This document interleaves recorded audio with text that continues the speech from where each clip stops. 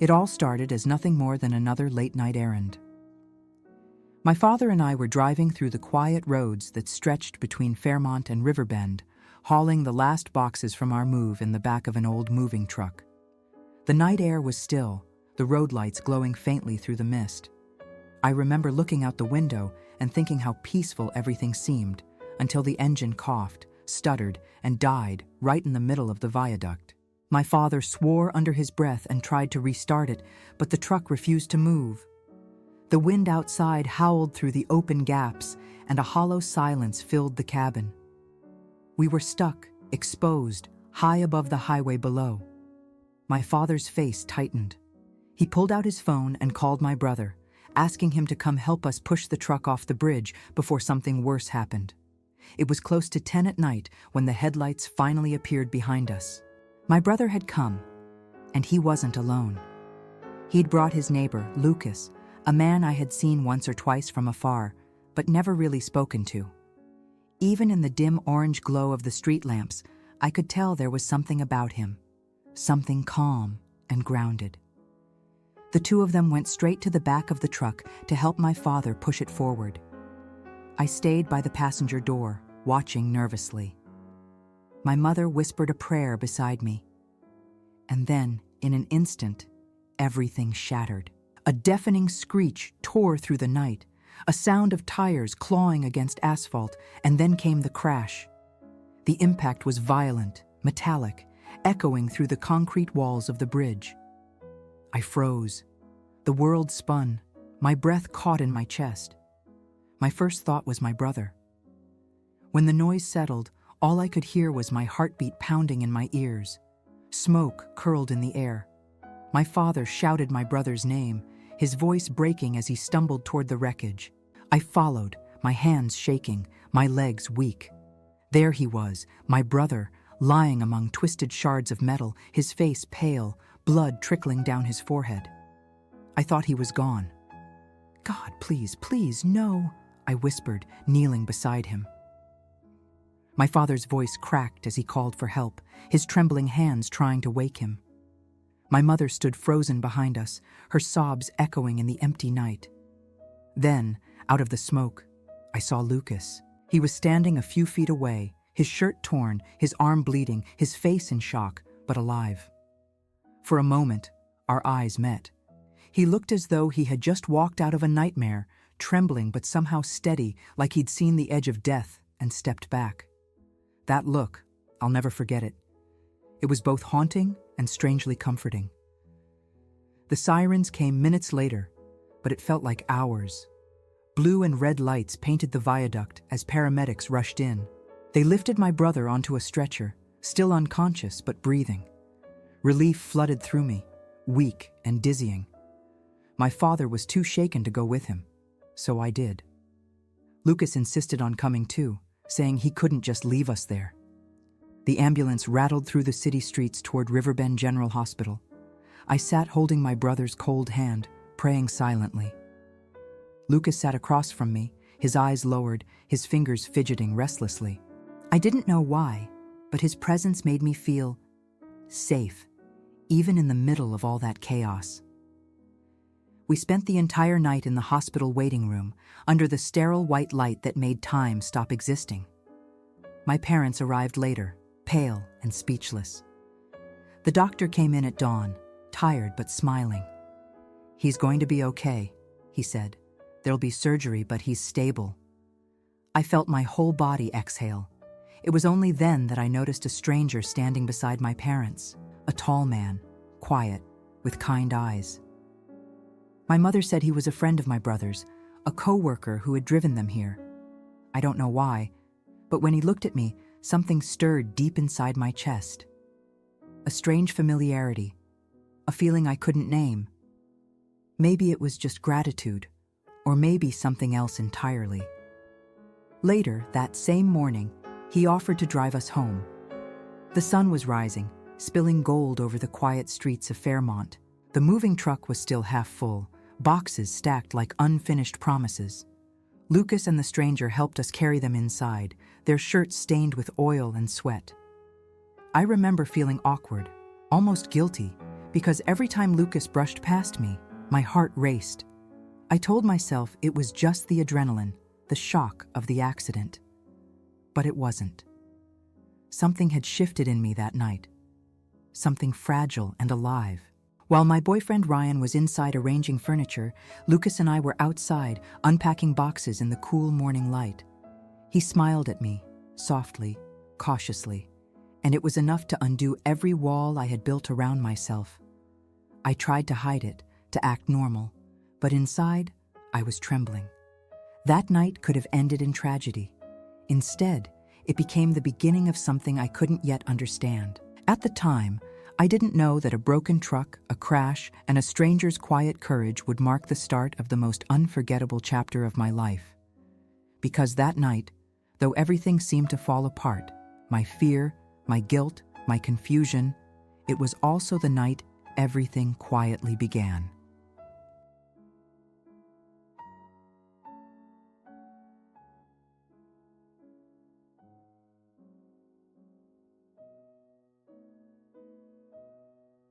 In the days that followed the accident, the world seemed to move slower, like life itself was trying to let me catch my breath. My brother was still in the hospital, recovering from surgery, and though everyone around me was relieved, I couldn't shake the strange current running through me since that night on the viaduct. Every time I closed my eyes, I saw the crash, the twisted metal, the sound of screeching tires, but mixed with the fear was another image I couldn't escape. Lucas's face illuminated by flashing sirens, his eyes meeting mine in the chaos. There was something steady about him, something quiet that pulled me in. I didn't even know him, not really. Yet somehow, his presence felt like a familiar song I hadn't heard in years. That morning, after the doctor assured us my brother would be fine, I found myself outside the hospital, watching the sunrise spill light across the parking lot. The air smelled like rain and disinfectant. My parents were talking to a man beside them, the same stranger who'd arrived with them earlier. He had a calmness about him, an ease in the way he spoke, and I couldn't stop watching him. When my father called me over to introduce us, I felt that strange flutter again. "Danielle, this is Aaron," he said. "He's a friend of your brother, helped us out a lot tonight." Aaron extended his hand, and for a moment I hesitated before taking it. His palm was warm, strong. "You've had quite a night," he said softly. I nodded, unable to find words. I wasn't supposed to feel anything. I had a boyfriend waiting for me back home. Yet, standing there beside this man, something inside me shifted, like a door opening to a room I hadn't known existed. He offered to drive us home since my parents were exhausted and the old truck still sat useless by the roadside. Lucas went along with him in the passenger seat, while I sat quietly in the back, half lost in my thoughts. Every so often, I'd catch a glimpse of his reflection in the rearview mirror, calm eyes focused on the road, a faint trace of a smile, as if he were lost in thought too. When we finally arrived in Fairmont, the air felt softer, the sun climbing higher over the rooftops. Boxes still cluttered our new yard. Aaron and Lucas didn't even wait to be asked. They helped unload everything, lifting furniture, carrying lamps, doing the kind of small, wordless acts that reveal more about a person than anything they could ever say. I watched him work, the muscles in his arms flexing beneath the worn fabric of his shirt, his expression concentrated yet gentle. It wasn't attraction, not yet. Or at least, that's what I told myself. It was more like recognition, like my soul knew something my mind couldn't understand. Ryan, my boyfriend, was inside, organizing things, completely unaware of the quiet storm building just outside the front door. I could feel guilt rising in my chest, but it was tangled with something so pure, so unexpected, that I couldn't push it away. Every time Aaron looked at me, I felt exposed, like he could see straight through the polite words and nervous smiles. After a while, he walked over with a small box in his hands. "Where do you want this?" he asked. "In the living room," I replied, but my voice came out softer than I intended. He smiled. "You sure you're okay? You've been through a lot." I nodded, though my throat felt tight. Yeah, just still processing everything. He looked at me for a moment longer, like he wanted to say something, then simply nodded and carried the box inside. It was such a small exchange, yet it lingered in my mind long after he left. That night, I lay awake replaying every glance, every word, every accidental touch. I told myself it didn't mean anything, that I was just confused, that near-death experiences make people see things differently. But deep down, I knew that wasn't the truth. Something real had sparked between us. Days turned into weeks. My brother finally came home, walking slowly but smiling again. He talked about how grateful he was for Lucas and Aaron, how they'd both been by his side more than once at the hospital. Every time he mentioned Aaron's name, my chest tightened a little. Then one evening, as I was coming home from work, I saw a car parked outside. My brother and Aaron were sitting on the porch, laughing about something. My heart skipped a beat. When Aaron turned and saw me, his smile faltered for half a second, as if he'd been caught thinking the same thing I was.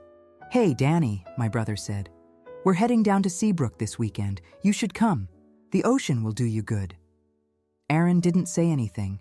He just looked at me. There was a question in his eyes, one I was too afraid to answer out loud. "Sure," I said, forcing a casual tone. "I could use a little sun." The way his lips curved into that faint, knowing smile, it said everything words couldn't. Later that night, alone in my room, I sat by the window staring at the stars. I tried to convince myself that what I felt was just gratitude or admiration. But it wasn't. It was something deeper, something that terrified me because I didn't ask for it. And yet, it felt inevitable. Sometimes the people who enter your life in moments of chaos aren't accidents at all. They're turning points. And though I didn't know it then, Aaron wasn't just my brother's friend. He was about to become the reason my heart would never be the same again.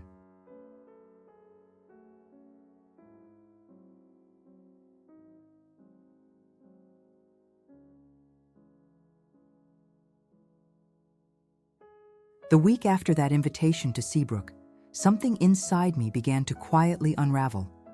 I tried to ignore it, to go on with life as usual, my job, my family, my boyfriend. But every ordinary moment felt slightly off balance, as if the world had tilted in a direction only I could feel. Ryan was still the same, kind, attentive, persistent. He'd always been the one who called first, the one who apologized even when I was the one in the wrong. But lately, his words sounded like echoes in a room I no longer lived in. I found myself answering his messages out of habit, not affection. He would tell me he loved me, and I'd reply, "I know, because I love you too," had started to taste like a lie. I kept thinking about Aaron, the way he looked at me that morning outside the hospital, or the way he smiled when he lifted that last box into the house. It wasn't infatuation, at least not the kind I'd known before. It was quieter, deeper. It felt like standing on the edge of something vast and unknown. Ryan could feel the distance between us, even if I didn't say a word. One night, while we were sitting in his car outside my house, he turned off the radio and looked at me for a long moment. "Danny," he said softly, "is there someone else?" The question hit me like a gust of wind. I looked down at my hands. No, I lied. But in that silence, we both knew the truth. It wasn't that I had someone else. It was that my heart was already slipping away, and no matter how much I wanted to, I couldn't stop it. A few days later, Aaron showed up again. My brother had invited him over for dinner, and when I saw his car pull up, my pulse quickened. I told myself to act normal. I wasn't a teenager anymore, and this wasn't supposed to feel like a secret. But when he stepped through the door, everything around me seemed to blur. He greeted everyone politely, his voice warm, his eyes careful. When our gazes met, I felt the same quiet spark I'd tried so hard to forget. I helped my mother set the table, pretending to focus on the plates, but my mind was somewhere else, on him, just a few feet away, laughing with my brother, as if he hadn't completely changed the way I saw love. After dinner, when everyone went to the living room, Aaron came to the kitchen to help me clean up. "You don't have to," I said, avoiding his eyes. He shrugged lightly. "I wanted to." There was a silence between us, not uncomfortable, but heavy with everything neither of us dared to say. Finally, he broke it.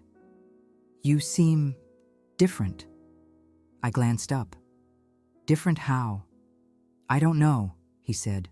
"Just quieter.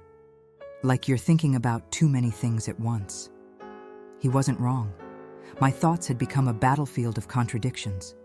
I wanted to keep my life the way it was, safe, predictable, proper. But something about Aaron made that impossible.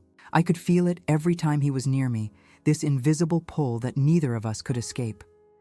When he left that night, he smiled and said, "See you in Seabrook."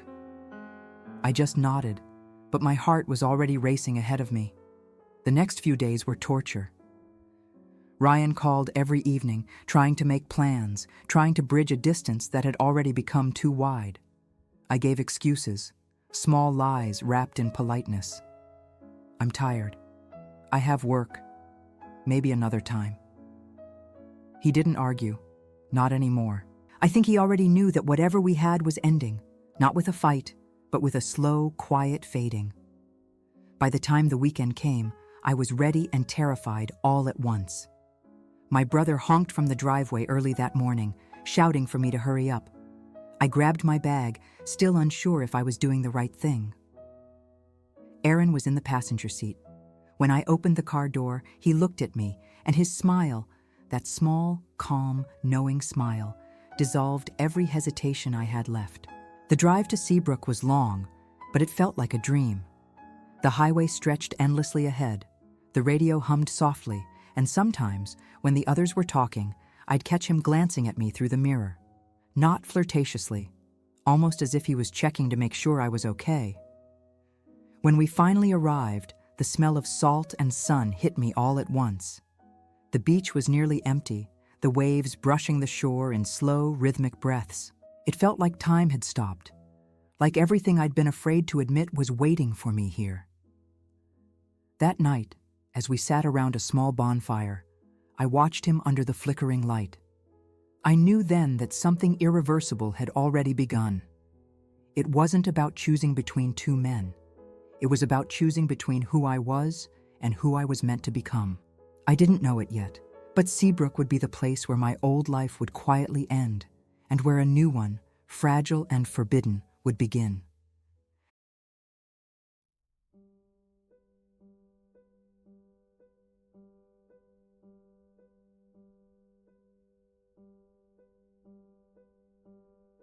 The drive to Seabrook felt endless and yet far too short.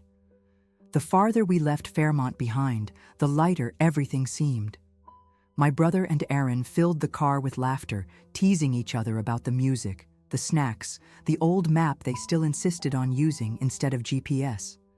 I laughed along, but inside, I was caught somewhere between excitement and guilt. When we finally reached the coast, the late afternoon sun was spilling gold over the sand. The ocean stretched before us like a sheet of glass, waves whispering against the shore. The salty air tangled my hair, and for the first time in a long while, I felt something like peace. We rented a small cabin near the dunes. Nothing fancy, just a place to sleep and keep our things. My brother was thrilled, talking about barbecues, fishing, and late-night songs. I smiled, nodding, pretending not to notice that Aaron's presence made everything inside me hum with quiet electricity. That first night, we sat on the porch watching the sky turn from pink to deep violet. My brother went to bed early, exhausted from the drive, leaving just me and Aaron awake. The silence between us wasn't awkward. It was full, like the air before a storm. "Beautiful, isn't it?" he said softly, nodding toward the horizon. "Yeah," I replied, my voice barely more than a whisper. "I've always loved the ocean. It makes everything else feel smaller. Even fear." He looked at me then, really looked, as if he could hear everything I wasn't saying. "You seem afraid of something," he said after a moment. I smiled faintly, trying to deflect. "I think everyone's afraid of something." "True," he said, "but not everyone lets it show in their eyes." His words lingered in the air between us. I didn't know what to say, so I looked away, watching the moonlight shimmer on the waves. For the first time, I realized how close we were sitting. My heartbeat quickened. "Want to see something?" he asked suddenly, standing up and offering me his hand. "What?" "The sunrise," he said. "It's almost time. You can't come to Seabrook and not watch the sun rise from the water." I hesitated, but the way he smiled made it impossible to say no. So, I took his hand. The sand was cool beneath our feet as we walked toward the water. The world was still asleep, just the sound of the waves and the faint rustle of the wind. At the edge of the shore, we stopped. The horizon was just beginning to pale, the first trace of dawn brushing the sea with light. Aaron looked at me, his expression unreadable. "What would you do," he asked quietly, "if I kissed you right now?" The question hit me like a spark. I laughed nervously, though my pulse was racing. "I'd probably run," I said, half teasing, half trembling. "Would you?" "I don't know." For a moment, neither of us moved. Then I turned away, pretending to watch the sea, hoping the breeze would cool the heat rising in my cheeks. "Maybe we should walk a little more," I said quickly. We walked along the shoreline in silence, our footsteps vanishing into the wet sand. The world felt suspended, like even time was holding its breath. At some point, he stopped walking. I turned to face him, and then it just happened. He stepped closer, his hand brushing mine, and before I could think, his lips found mine. The kiss was soft at first, hesitant, like a question neither of us dared to ask aloud. But then something deeper took over, something raw and undeniable. I could feel his heartbeat against my chest, the warmth of his breath, the world dissolving around us. When we finally pulled away, the horizon was glowing with gold. The first light of morning touched his face, and for a second, I wished I could freeze that moment forever. He smiled, that quiet, tender smile that always made me forget how to breathe. "Guess you didn't run," he whispered. I laughed, still trembling. "No, I guess I didn't." We sat on a smooth rock near the water's edge, saying nothing. Words would have ruined it. The sea murmured its endless song, the sky opened like a painting, and I knew, deep down, that something inside me had changed forever. Later that morning, when my brother woke up, I tried to act normal. I helped make breakfast, brushed sand from my hair, laughed at his jokes. But every time I looked at Aaron, I felt the world tilt again. That afternoon, we drove into town for lunch, but my mind was miles away, back on the beach, replaying every second, every look, every touch. I knew I shouldn't feel this way. I still hadn't told Ryan anything. But the truth was cruel and simple. I had fallen in love with someone else. That night, lying awake in the small cabin, I could still taste the salt of the sea and the warmth of his lips. The sound of the waves outside seemed to echo the rhythm of my heart, a rhythm that no longer belonged to the life I'd lived before. I didn't know where this would lead, or if I even had the courage to face what it meant. But one thing was certain. I would never forget the moment when fear gave way to love, and how the first light of dawn found me kissing the man who would change everything.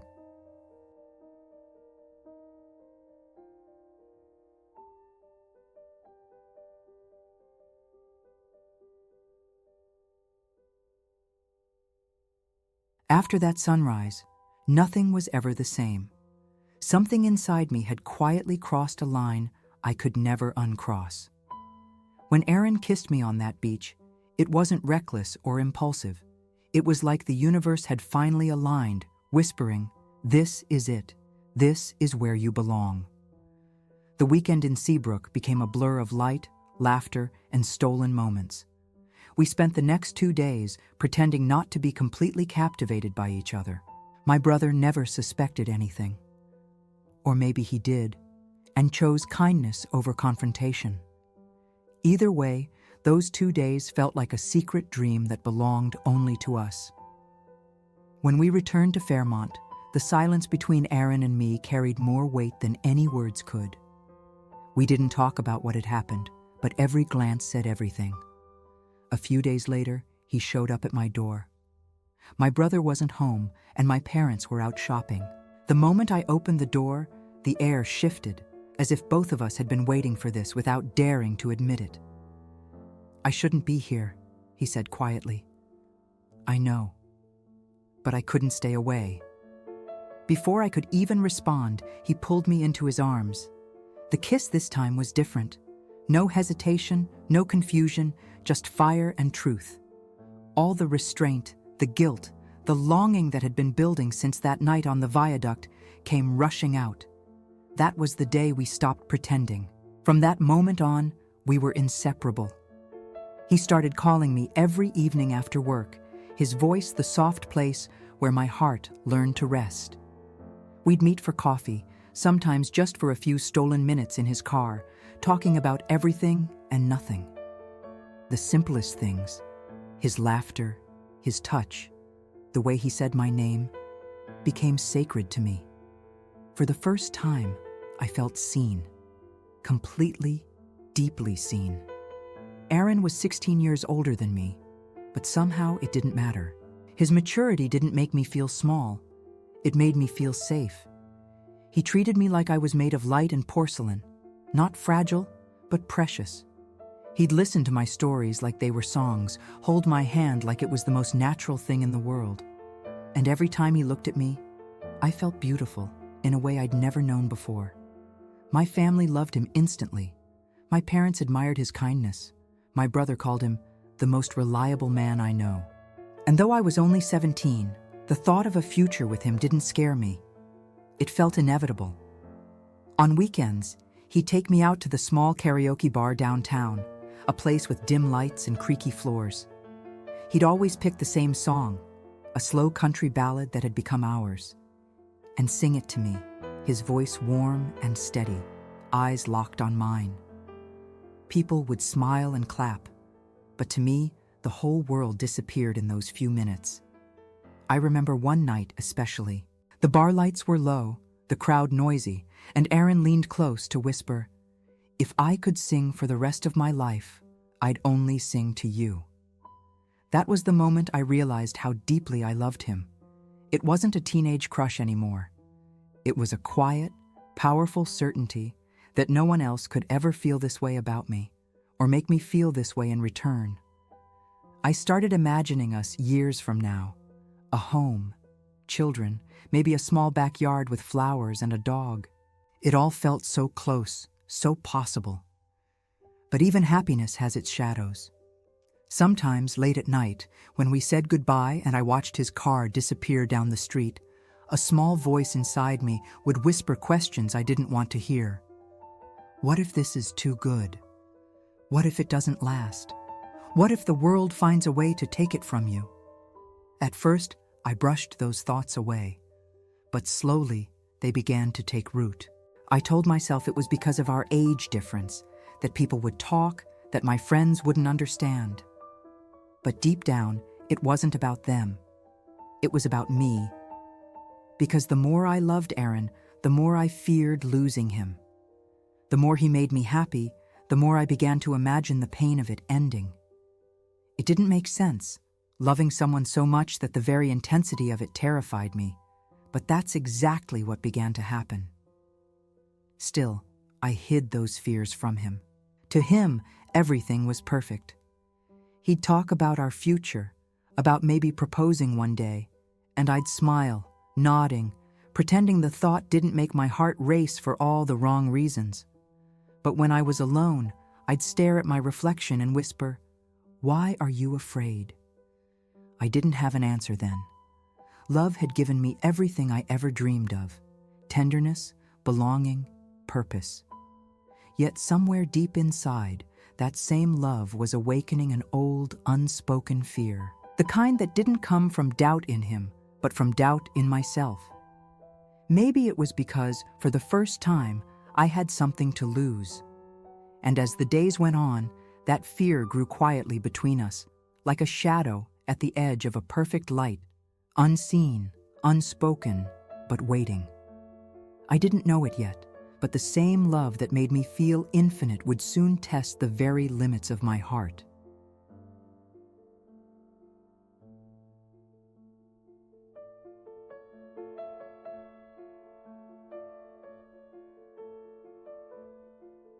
Fear is strange. It never knocks on the door or announces its arrival. It seeps in quietly, disguising itself as logic, as caution, as something you believe will protect you. That's how it came for me. Slowly, gently, like a whisper I didn't know to fight. On the surface, everything between Aaron and me was perfect. We were closer than ever. Dinners at my parents' house, long drives with the windows down, lazy Sunday mornings spent talking about the future. My brother used to tease us, saying we were already married in spirit. And maybe we were. But somewhere deep inside, something began to shift. I couldn't explain it. Even now, I'm not sure I can. It wasn't about Aaron. It wasn't about what he did or didn't do. It was about me, about the way love was starting to scare me. One night, as I lay in bed, I caught myself staring at the ceiling, trembling at the thought of losing him.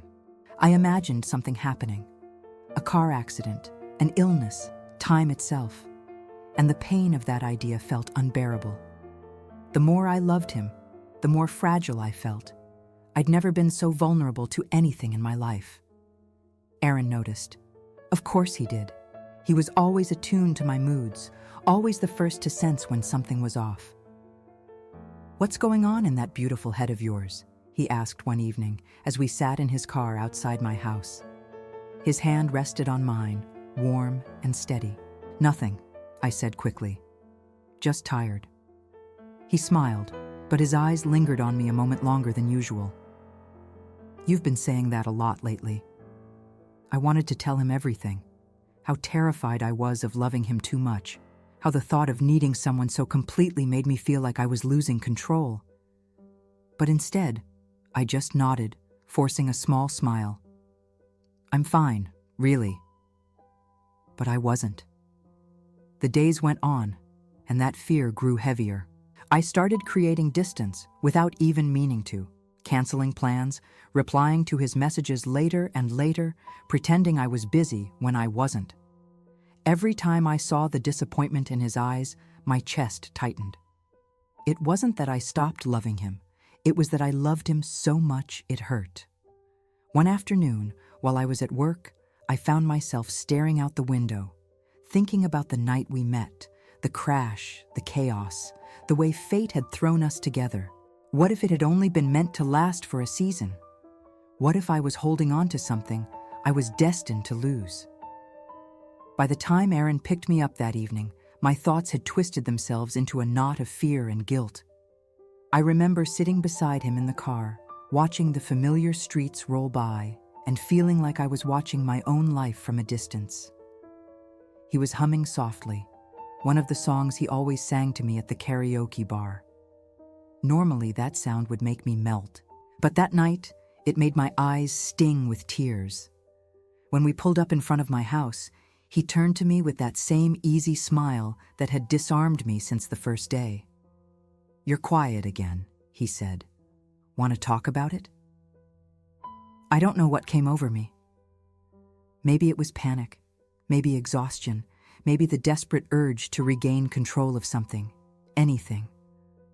All I know is that the words came out before I could stop them. "I think we should take a break." "What?" I need time to think," I said, my voice trembling. "I feel like everything's moving too fast." His eyes searched mine, confused, hurt, trying to understand. "Did I do something wrong?" "No," I whispered. "It's not you, it's me. I need space." He sat back, exhaling slowly, staring out the windshield. The silence was unbearable. Finally, he nodded once, almost to himself. "If that's what you want," he said softly, "then I'll give you space. But before I go, he turned toward me, his voice breaking just slightly. Can I have one last kiss? My breath caught. I should have said no. It would have made the separation cleaner, easier. But I couldn't. So I nodded. The moment our lips touched, the world seemed to fall away. It wasn't a goodbye kiss. It was everything we were, everything we'd been, everything we were about to lose. His hands cupped my face with the same tenderness as always, but beneath it, there was sorrow, disbelief, love that refused to die. When we finally pulled apart, he smiled sadly. You don't kiss someone like that when you're done loving them. I looked away, blinking back tears. Please, just go. He hesitated, then started the car. I stepped out, closing the door without looking back. I stood there on the curb, listening to the sound of his engine fading down the street until there was nothing left but silence. Inside the house, I collapsed on my bed and cried until I couldn't breathe. I had no idea why I'd done it, only that I felt hollow, like I'd torn out a part of myself and thrown it away. In trying to protect my heart, I'd broken it instead. And somewhere out there, I knew he was driving through the quiet Fairmont streets, wondering how everything so perfect could fall apart so suddenly. Neither of us knew then that the universe wasn't finished with us yet, that love, once awakened, has its own strange way of finding its way back home.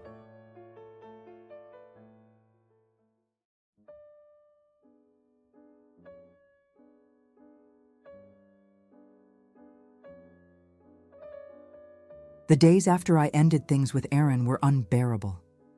I had expected relief, or at least the numbness that comes from doing something you convince yourself is for the best. Instead, I felt hollow, like someone had turned off the sound of life itself. The silence was the worst part, not the silence of unanswered messages or missed calls, but the silence inside me, the absence of his voice, the stillness where his laughter used to live. He didn't call. He didn't text. He respected what I asked for, and somehow that hurt more than if he had begged me to come back. Because it meant he believed me when I said I wanted space, when deep down, all I wanted was for him to fight for me. At first, I tried to pretend I was okay.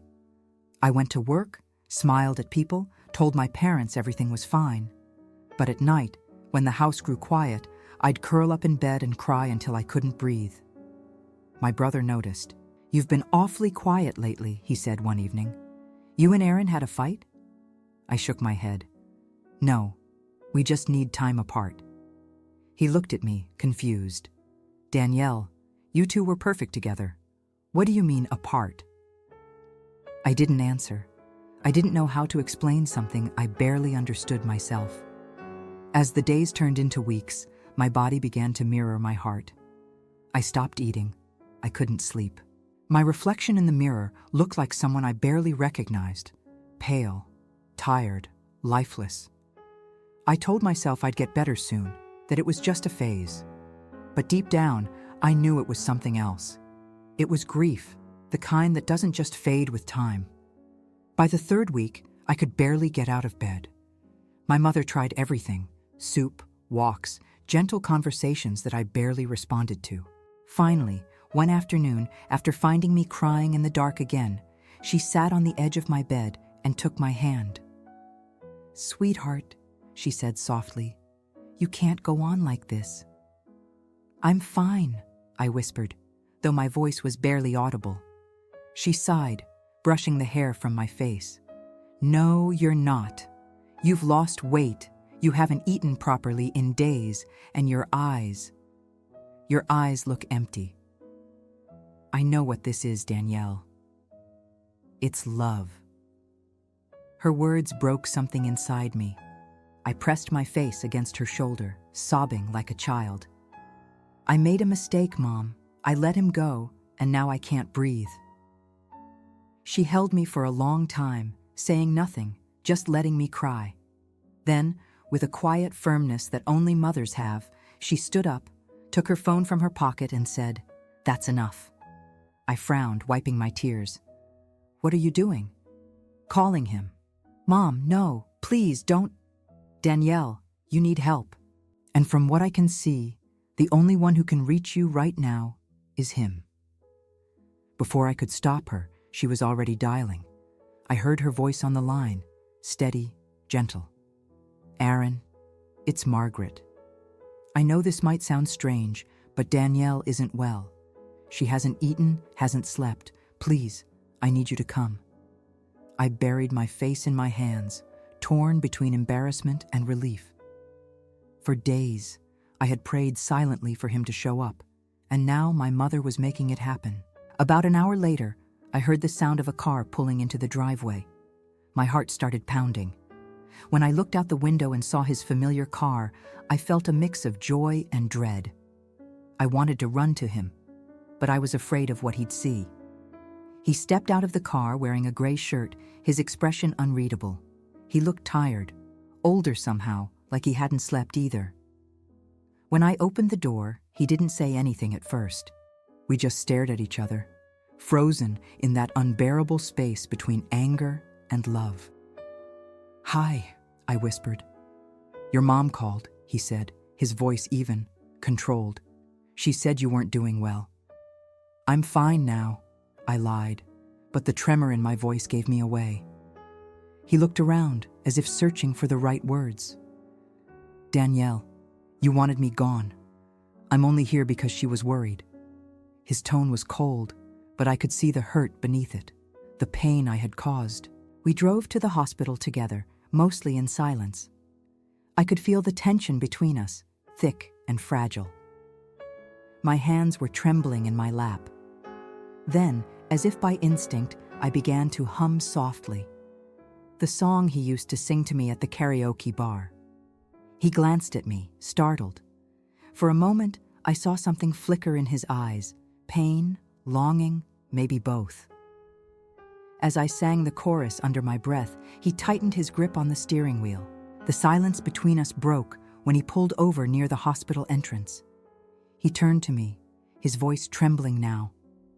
"If you knew," he said, "if you had any idea how much I miss you." I couldn't stop the tears that came next. Neither could he. I reached for his hand, and just like that, every wall I'd built crumbled. We didn't need to explain or apologize. We just leaned into each other, crying, laughing, holding on like survivors of the same storm. In that car, surrounded by the smell of rain and memories, I realized something I should have known all along. That love doesn't disappear just because fear tells you it should. Sometimes it just waits, quietly, patiently, for you to find your way back.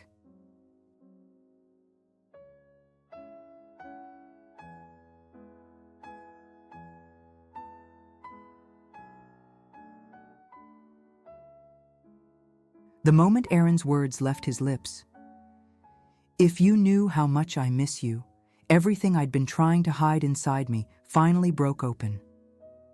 There are some truths that no amount of silence can bury, and that was one of them. I started to cry, quietly at first, then uncontrollably, my chest heaving as weeks of loneliness and regret poured out in sobs. He hesitated for a moment, then reached across the console and pulled me into his arms.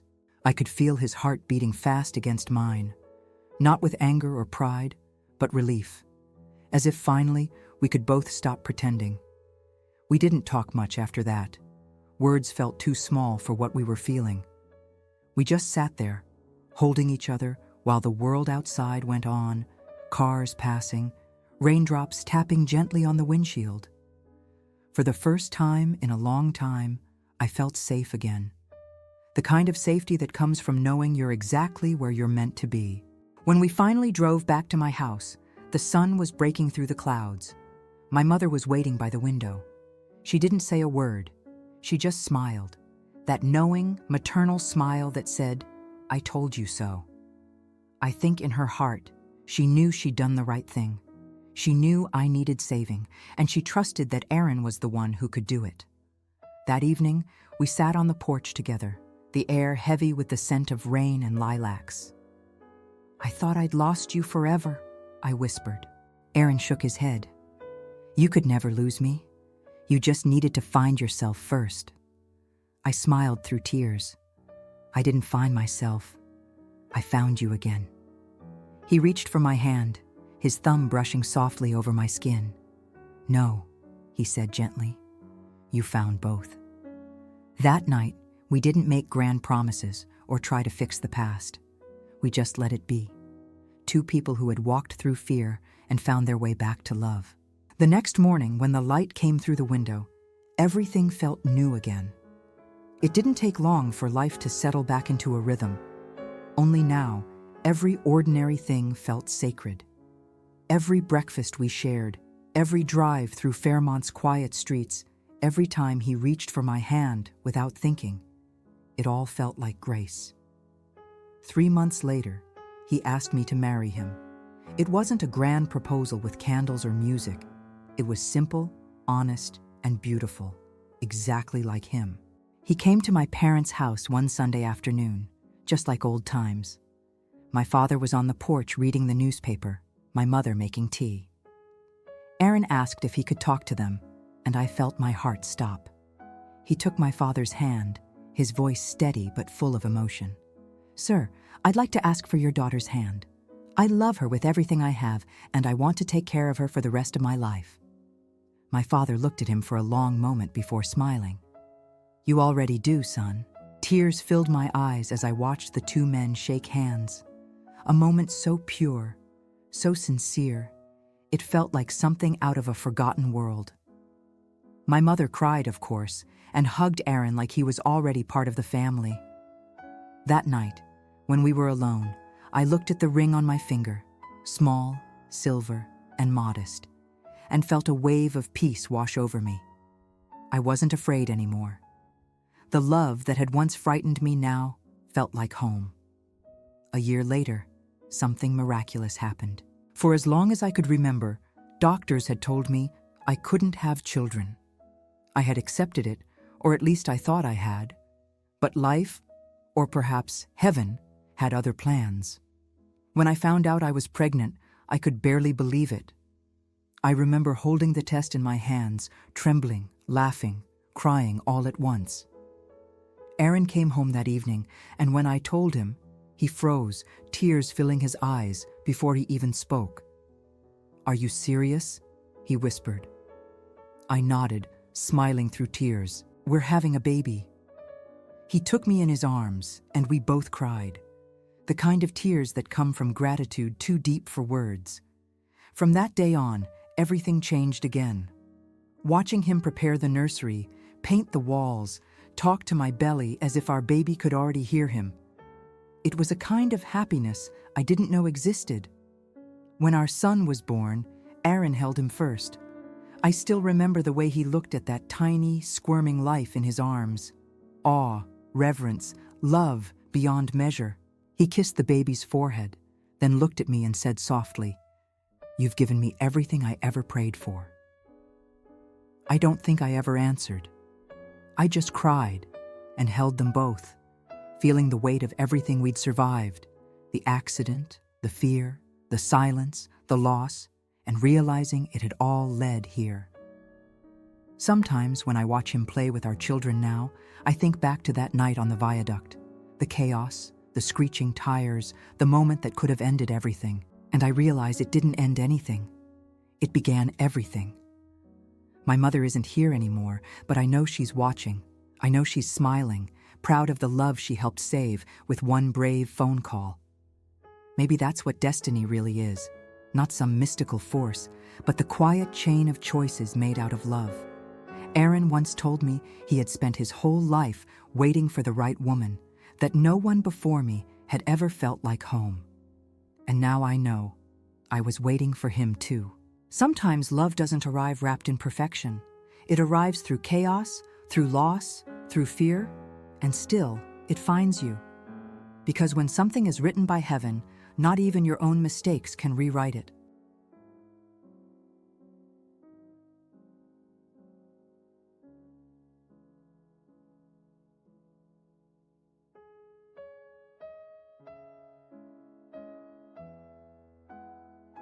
If this story touched something inside you, the kind of love that feels written in your soul.